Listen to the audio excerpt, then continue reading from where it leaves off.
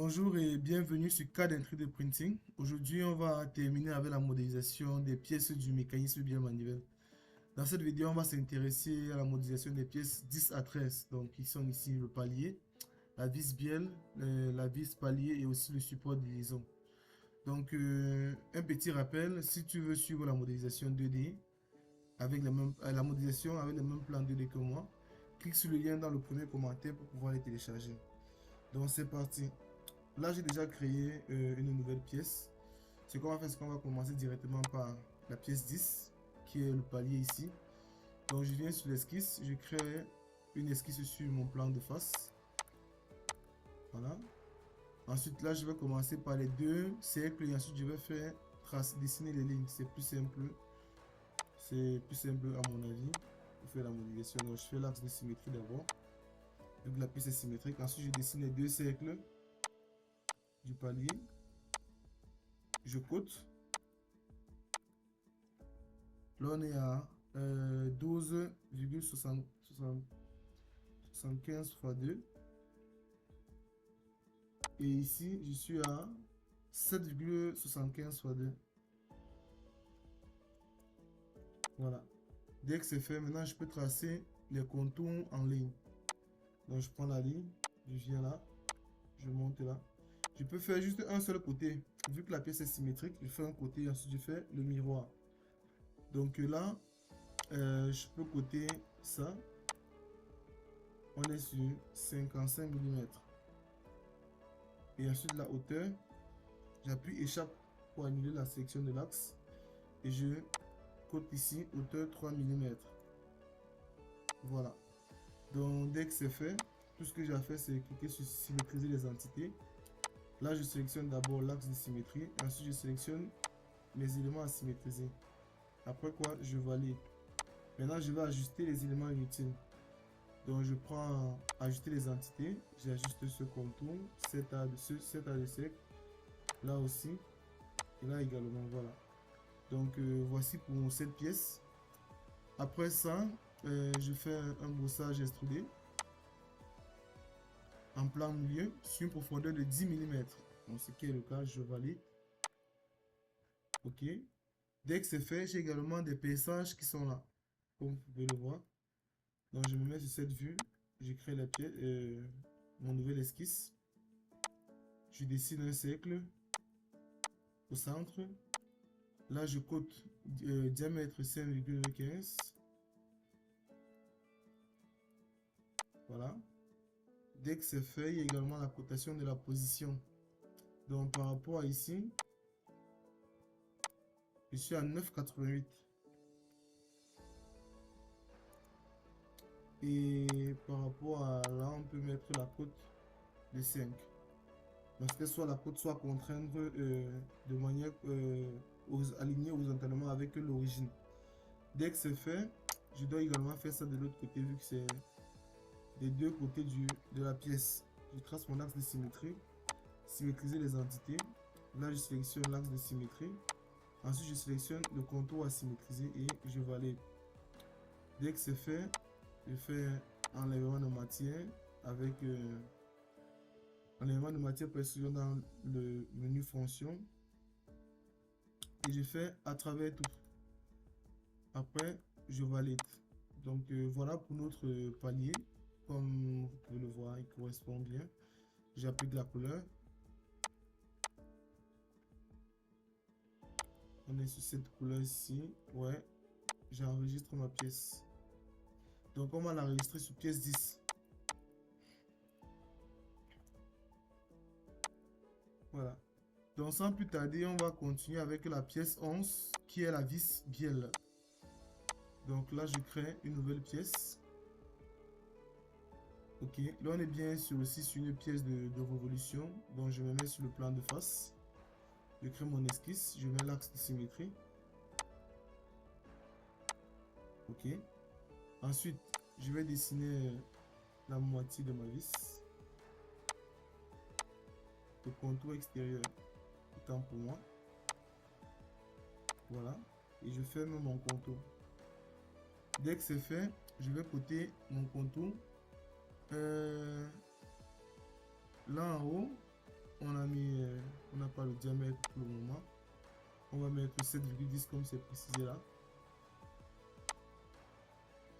7,10. Ok. Ensuite, en termes de hauteur, de là à là, on est à 38 mm. Et d'ici à là, sur cette ligne, la longueur de cette ligne est de 35 mm. Ok. Donc, quand je fais ça,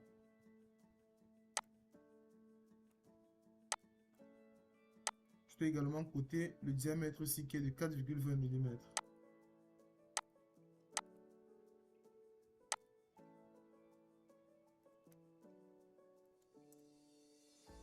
Ok. Et ensuite, j'ai également pour à côté. Je pense que c'est tout. Vous voyez, lorsque ma pièce peut se déplacer parce qu'elle n'est pas contrainte avec l'origine. Donc, du coup, pour contraindre avec l'origine, je vais contraindre cette ligne avec l'origine comme étant point milieu. Voilà. Donc, dès que c'est fait, je fais un brossage base révolution. Je valide. Ok.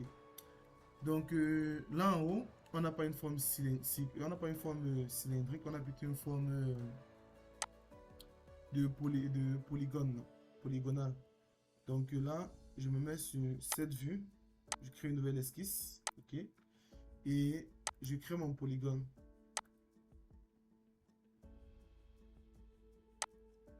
Ok. Là, le polygone, je peux l'aligner verticalement avec là. Et je cote. Vu qu'on avait cette cote, on a une cote de 7,10 mm.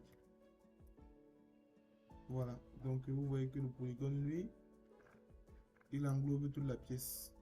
Et là, je fais un bossage base. Borgne. J'inverse le sens et je peux mettre jusqu'à la prochaine surface. Jusqu'à la surface plutôt. Et je sélectionne cette surface comme étant la fin de mon extrusion. Ensuite, je valide. Voilà. Donc, quand ça est fait, il faut ajouter, il faut maintenant faire la forme que vous voyez là. C'est une forme de design sur l'écran. Donc, je me mets sur le plan de face. Toujours. Et là, on va tracer un mini cylindre, un mini triangle, je le dis ainsi. Et on va le coter. Là, j'ai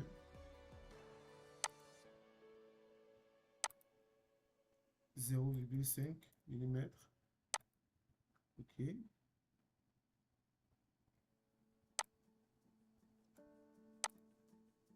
Et en termes de hauteur,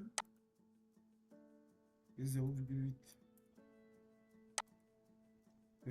Par contre, je sais pas quelle position celui-là se met.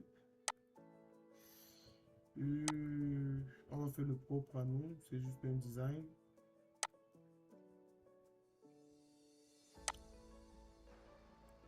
Vu que c'est juste un design, je vais me mettre là. Je vais augmenter ça, peut-être même à 1 mm. Ok. Et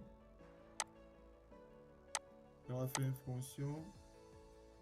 Enlèvement de matière par... Ah, je n'ai pas tracé l'axe de révolution. Il faut pas oublier l'axe de révolution.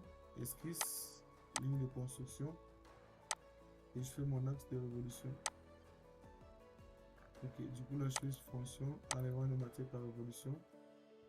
Et vous voyez là, ça ne coupe pas tous les contours de la pièce. Donc il faut que je prolonge un peu la longueur là.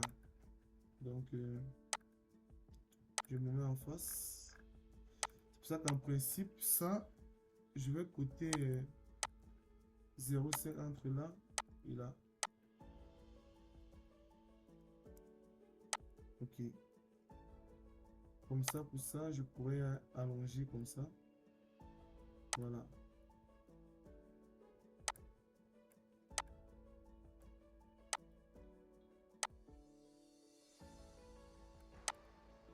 Dès que c'est fait, enlèvement de matière par révolution.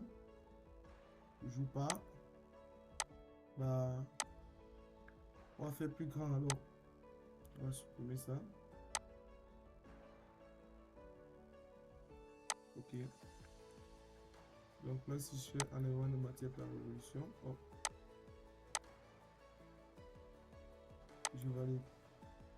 Là, on est ok. Voilà. Donc, c'est plus pour l'esthétique et aussi pour éviter d'avoir des contours droits au-dessus de la pièce. Ça peut blesser. Enfin, je mets le chanfrein qui est en bas. Chanfrein de 0,5 mm par 45 degrés. Donc voilà, dès que c'est fait. Cette pièce dans le plan d'ensemble n'a pas de couleur, donc on peut la garder ainsi. On enregistre sur la pièce 11. Ok. Dès que c'est fait, maintenant on va faire la dernière pièce. On crée une nouvelle. Pas la dernière pièce, la pièce 12. Voilà, pardon. Donc la pièce 12, c'est également une pièce de révolution, un peu plus simple. Donc je me mets sur le plan de face, c'est une vis également. Je mets mon axe de construction. Ok. Ensuite, je dessine le contour de ma vis. Je commence par là. Ici, ici, ici. On est là, là et là. Voilà. Ensuite, je cote. Là, on a un rayon, on a un diamètre de 8 mm. En termes de hauteur, de là à là, nous sommes à 15 mm. La longueur de cette ligne, 12 mm. Ok. Ensuite, le diamètre de la vis, 4,85 mm. Ok. Donc, quand ça est fait, j'ai également un congé là que je peux mettre directement. Mais c'est préférable de mettre ça après avoir fait la révolution. Donc, brossage base révolution, je valide. Et enfin, maintenant, j'ajoute mes congés. En fait, c'est mieux de mettre les congés après avoir modélisé la pièce en 3D parce que s'il y a des modifications à apporter, c'est plus simple de modifier les congés sous forme de fonction que de les modifier sous forme d'esquisse. Donc là, c'est fait, je valide. Ensuite, j'ajoute le chanfrein en bas également de 0,5. Ouais. Donc dès que c'est fait, j'enregistre également.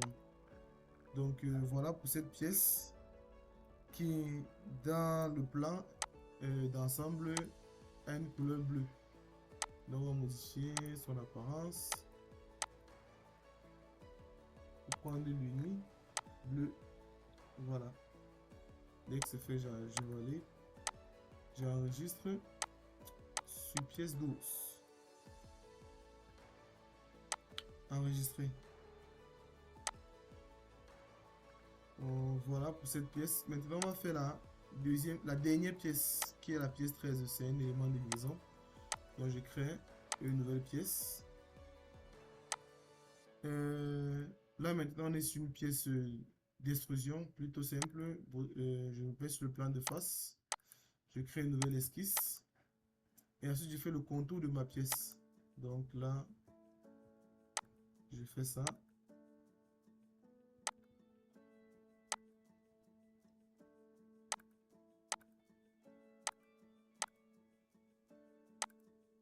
Je viens là. Là. Dans l'assemblage, vous allez mieux comprendre pourquoi on a modélisé toutes ces pièces ainsi.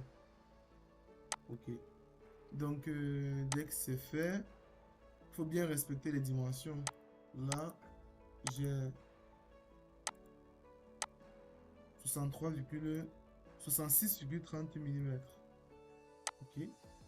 Et je contrains cette ligne avec l'origine comme étant un point milieu. Ok. Dès que c'est fait, de ce côté, j'ai une hauteur de 7 mm. Je crois que c'est la même chose partout. Ouais. Ensuite, au niveau d'ici, j'ai 3 mm. Au niveau de la profondeur ici, j'ai 5 mm. Voilà. Je dois déplacer cette ligne qui s'est trop rapprochée en haut. Et aussi, cette ligne doit être alignée de manière collinéaire avec celle-là. Là, l'anthrax, on a 3,30 mm. 3,30 mm. Ok. Et au niveau d'ici, on a 2 mm. Voilà. Donc, quand ça est fait, j'ai également cette distance qui vaut 51,70 mm. Donc, dès que c'est fait, j'ai cette ligne qui est alignée collinéairement avec celle-ci. Et au niveau d'ici, on a des derniers côtés à ajouter. Ici, j'ai 2 mm.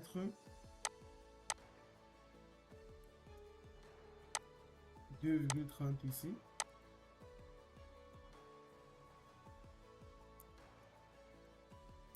Voilà. Et en termes de profondeur, on est plutôt sur 3 mm. Voilà. Et là sont alignés de manière collinéaire.